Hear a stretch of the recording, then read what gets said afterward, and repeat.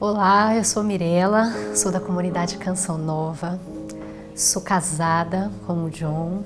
Hoje já tenho a graça de ter a Liz, sou mamãe da Liz, né? Ela tem 3 anos, são 7 anos de matrimônio. Desses 7 anos eu posso dizer que assim, mais da metade dele a gente passou tentando, né? Tentando engravidar, tentando a gestação e sempre muito abertos à vida. Sempre tive um grande desejo de ser mãe, né?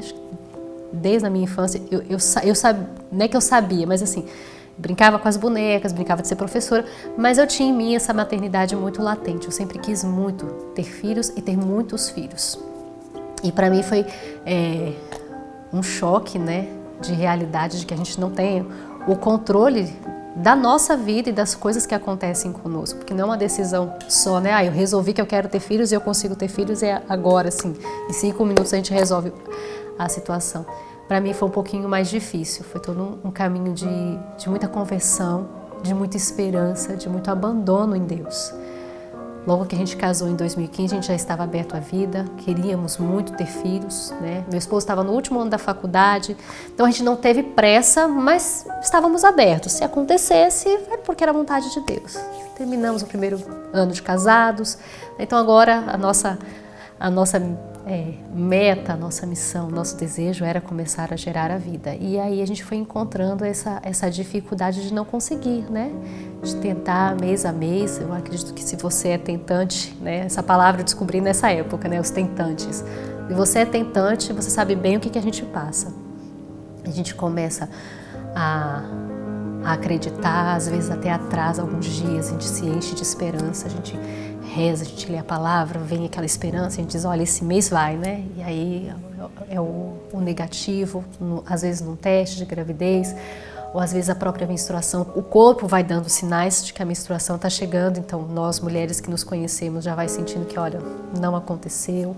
Tem meses que são mais fáceis, tem meses que são muito mais difíceis, né? Tem meses que a gente está mais tranquila, mas é o esposo que sente mais e a gente percebe. E a gente foi vivendo assim, foram ao longo de 3 anos desse jeito tentando, até que a gente começou a buscar na medicina esse auxílio, né? De querer entender, olha, tem alguma coisa acontecendo, tem alguma coisa errada, porque até então eu sou saudável, eu me cuido, meu marido se cuida, né? Então somos novos, jovens, né? Onde está a dificuldade de não conseguir engravidar? Então começamos a procurar especialistas em fertilidade, né, para fazer uma investigação mesmo diagnóstica. Fiz muitos exames, meu esposo também, nos submetemos a muitos testes e naquele momento eu fui diagnosticada com uma doença chamada endometriose profunda. Algumas mulheres têm, né, que é como se as escamas do endométrio que devem crescer dentro do útero, crescessem fora do útero e aí ela vai chegando nos outros órgãos.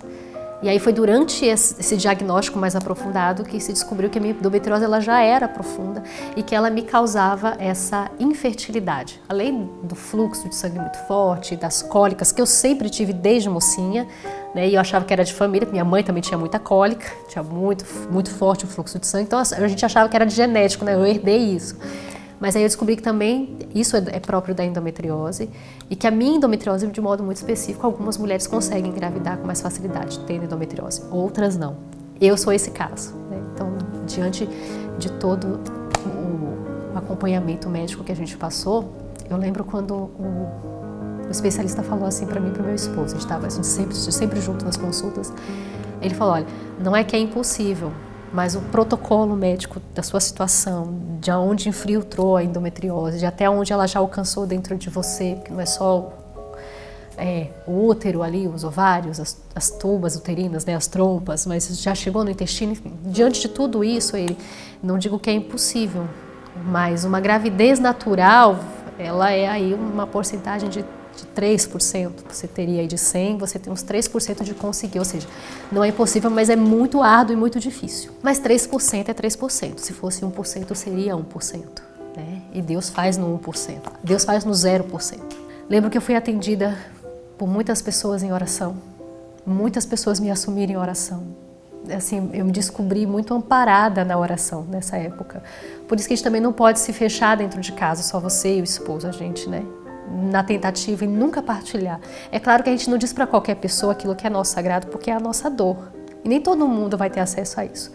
Mas aquelas pessoas que verdadeiramente são os amigos da alma, aqueles que Deus coloca, não é a gente que escolhe, é Deus que coloca. No meio de todo esse movimento de oração, de atendimento, da minha verdade, de dizer a minha verdade, de ser acompanhada na direção espiritual, de entender que é um tempo de espera, eu lembro que um sacerdote falou assim para mim: Mirela, Deus dá para quem Ele quer, quando Ele quer, do jeito que Ele quiser.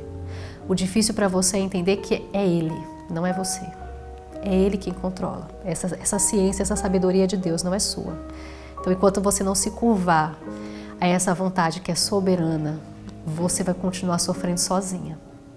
Ou você oferta a sua espera, oferta a sua dor, se une a Jesus nessa cruz, ou esse sofrimento vai ser só em vão. E aí, mudamos o jeito de rezar, eu e meu esposo. Muita novena, reza ofício, aí dizer assim, ó, faz 40 dias com ofício, a gente faz os 40 dias com ofício.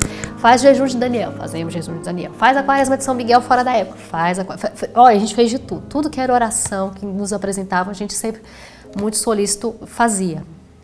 Começamos a pedir o ventre de Nossa Senhora emprestado. Essa acho que foi a grande chave, a grande virada da minha história com a gestação. Eu comecei a entender que o meu ventre não geraria naquele diagnóstico médico, mas que o ventre da Virgem Maria gerou Jesus. E que de forma extraordinária ela podia emprestar o ventre dela para mim, porque ela fez isso com outras mulheres.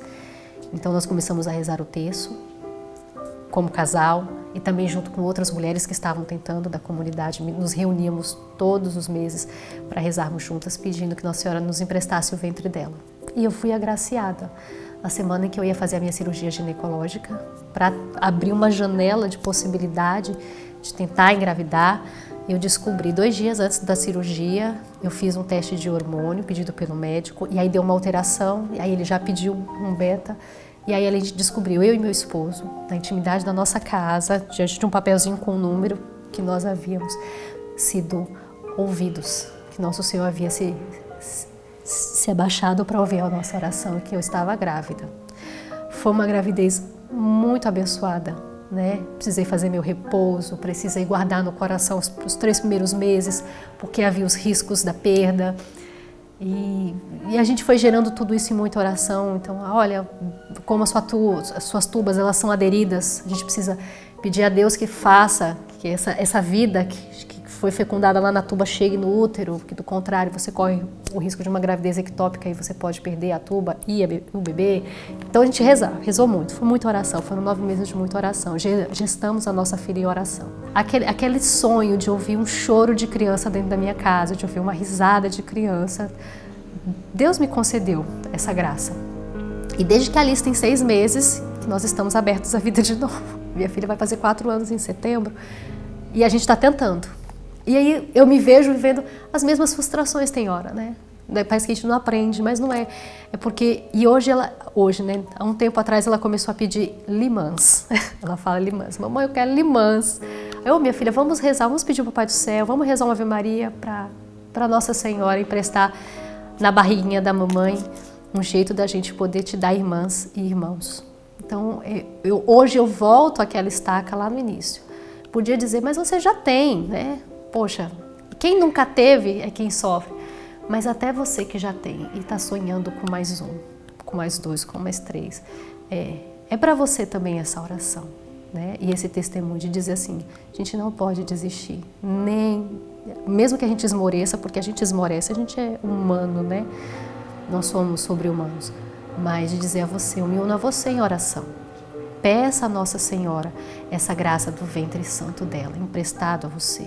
Que o seu esposo possa pedir a São José a graça de gerar também no coração dele essa paternidade, de preparar essa casa e esse coração para a vida que vai chegar, né? Seja ela gerada dentro das entranhas ou gerada no coração, para aqueles que vão adotar. Não se fechem à vida. Quero convidar você, né? Porque diante de toda essa história, dentro da comunidade eu fui convidada a rezar uma novena, eu e meu esposo, né?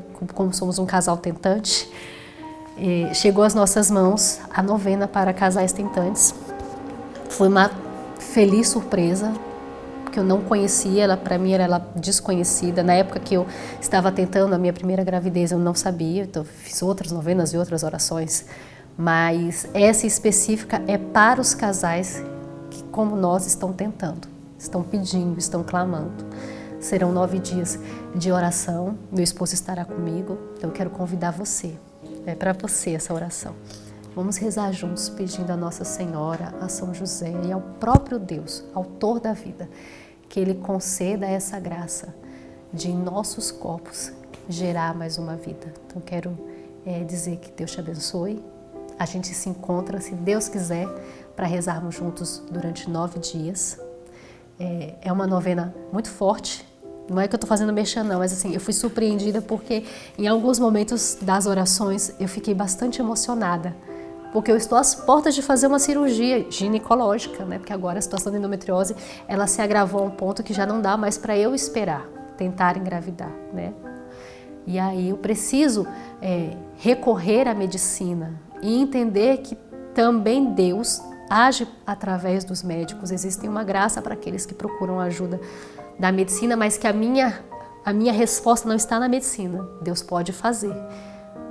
Mas também pode não acontecer depois da cirurgia. E aí o mais difícil é dizer, olha, que seja feita a vontade de Deus.